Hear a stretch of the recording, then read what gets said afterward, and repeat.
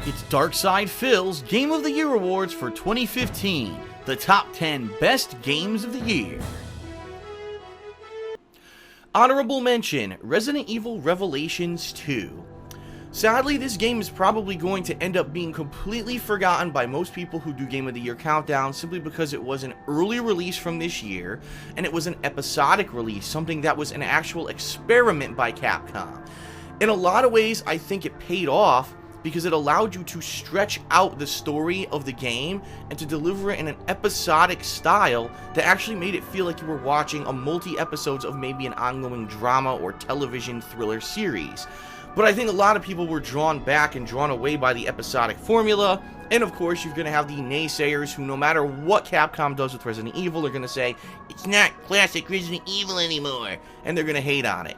I disagree. I think that the Resident Evil series is alive and well. I really enjoyed Revelations 2, with, by the way, the return of Barry Burton to the narrative of Resident Evil for the first time ever since the original game. I was pretty excited. The gunplay, much improved. The graphics, even though they weren't cutting edge, a full 60 frames per second Resident Evil is something unheard of up to now, and I really enjoyed it.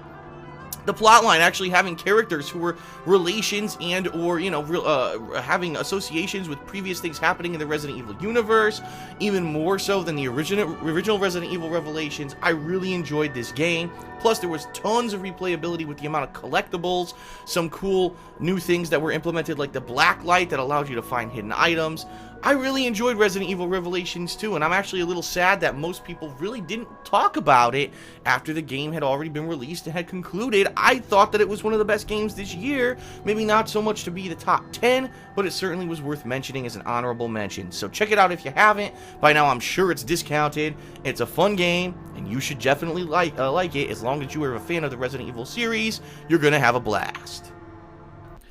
Now back to the countdown with number 4, Metal Gear Solid 5. And listen, I totally understand if some people have this way higher on their list than I do, and by no means should you take this as me saying I didn't think that Metal Gear Solid 5 was a masterpiece. It absolutely was, but there were just a few things that were holding it back for me.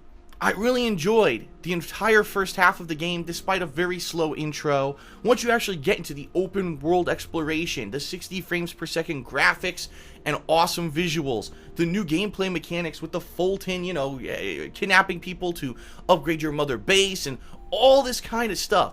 Totally an awesome evolution in the direction that the Metal Gear Solid series was going, and absolutely a progression from the previous games in the series. But once you get halfway through the game and you start to realize, man, something's changed here. It was really epic. There were these big style, story-based missions. Where did they all go?